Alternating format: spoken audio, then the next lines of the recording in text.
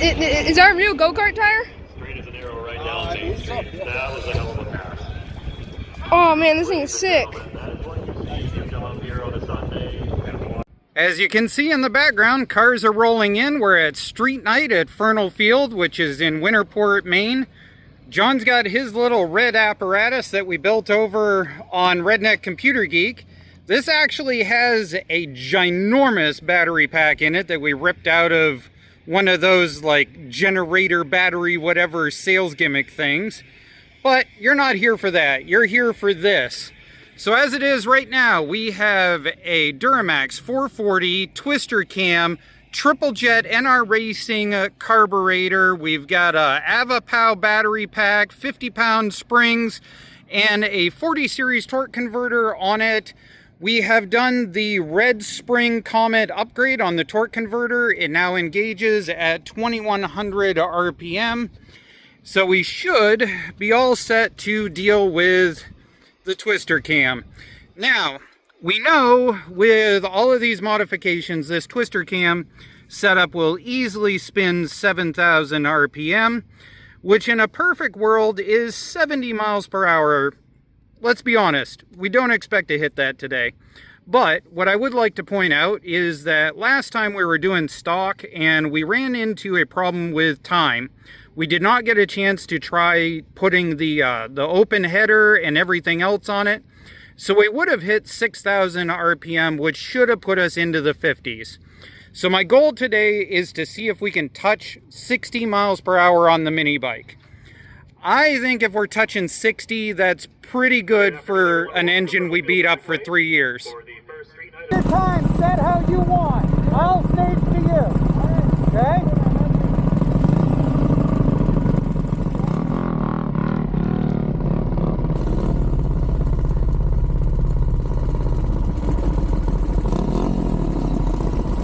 New bike problems suck, but don't worry, he's gonna come back and give me a run for my money later on in the videos.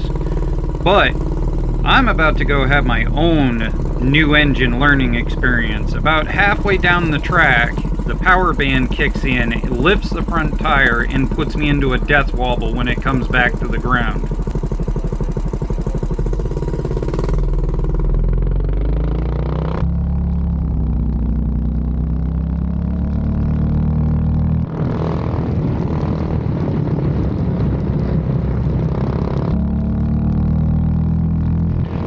My second run was so much better, the announcer was literally convinced I changed bikes. Here's Neil again.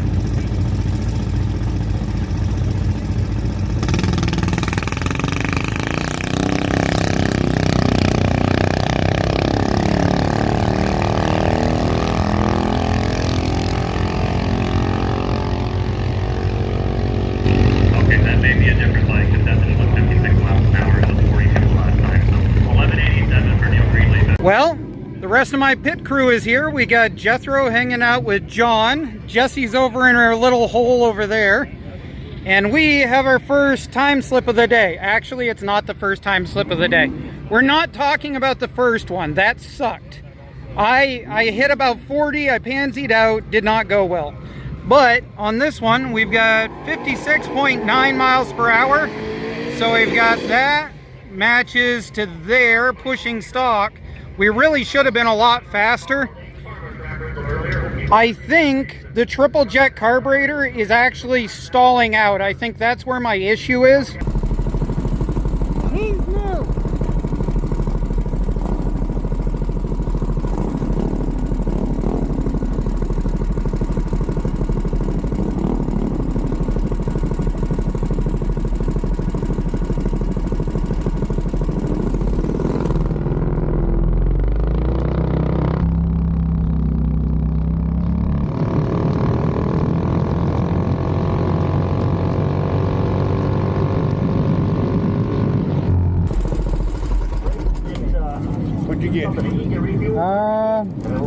I was faster than him, but he got a better time. Really? Yep.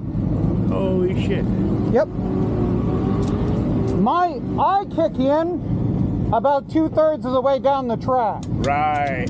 Him, on the other hand, he got the hit on me, Yep. and I had to play catch up, and I couldn't quite get him at the end. Wow. But I also rolled in expecting him to like take an easy pass. I wasn't expecting him to gun it when he got halfway. Oh, he's full throttle and nothing. Oh, Yep, good run, good run. He that's his beat first me one by ever.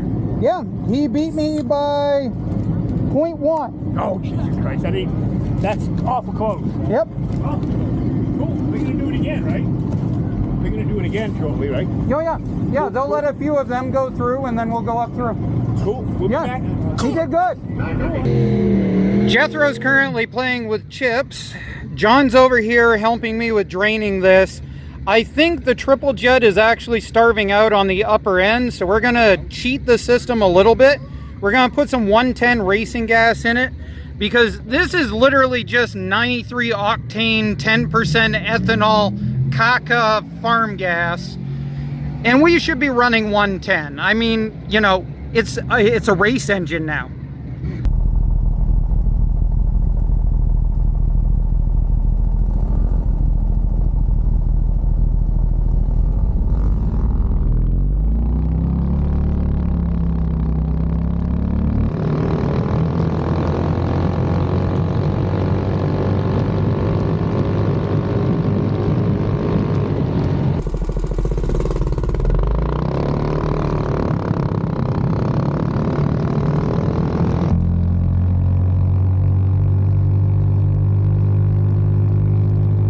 To end this video off, I'd like to say a big thank you to my better half for making sure that I actually ate something and I didn't end up having issues with shakes, because that's better for camera. And we've got John. Any footage you saw up at the racetrack today, that was John roasting in 85-degree temperatures on the tar. And a big shout out to our bike. We have maxed out at 6,200 RPM. It just plain sits there. And with a burnout with 110 gas, we managed to max out at 11.01. We almost hit 10s. We're gonna have a 10-second mini bike soon. And 57 miles per hour. We're consistent at 57 through the entire day.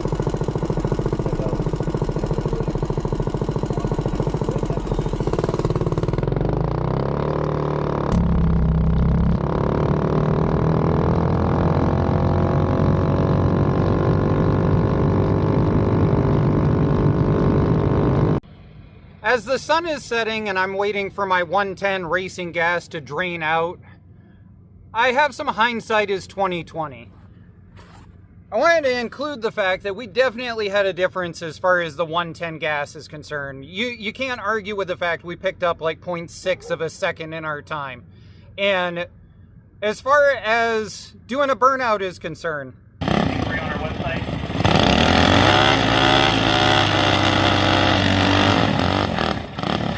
this thing had enough power that it didn't bog, and we actually gained 0.4 of a second by doing a burnout. Now, is it worth it in the long run to do a burnout? The answer is we got to check the belt, and we got to see whether we actually burnt marks into the belt. We stopped doing burnouts on the 30 series because the Juggernaut would literally find a spot as it heated up, and it would eat into the belt in that one spot and kill belts about every third burnout. So we won't know until we examine the belt whether it was worth it. As far as the twister cam is concerned, we never managed to go and get it to come out above 6,200 RPM. And that's got nothing to do with throttle. That's got nothing to do with linkage travel. That's got nothing to do with all of that. I double checked it between every run because it kept bothering me that it wasn't doing 7,000 like it really ought to be. And what I think is going on is that when we were in the tractor and it was going through all that transmission gear ratio, it was a ratio of like 1 to 20 final drive. And so it never had a problem spinning 7,000 plus RPMs in the lawn tractor. But here, with a 10 gear to a 5, we've got a 5-to-1 gear ratio running 18-inch street tires that are very sticky once they get onto a prep track. And it is what it is. I think the gear ratio, we just could not overcome it with the current torque coming out of the 40 series and the twister cam setup. Now, we have a bigger cam. I honestly don't remember what it is, so I guess it's going to be a surprise for both of us because I ordered it like 2 years ago and I don't remember what I ordered. The tractor project kind of went stagnant, and so we have a cam we ordered for that is definitely way better than a twister that we're going to be putting into this thing. So that'll be next month's goal, is to get that done. We might do the DuroMax 208 292 build with the electric start flywheel that we actually made on the Redneck Computer Geek channel. Haven't quite decided how we want to go with that. ARC electric start flywheels are stupidly, insanely expensive.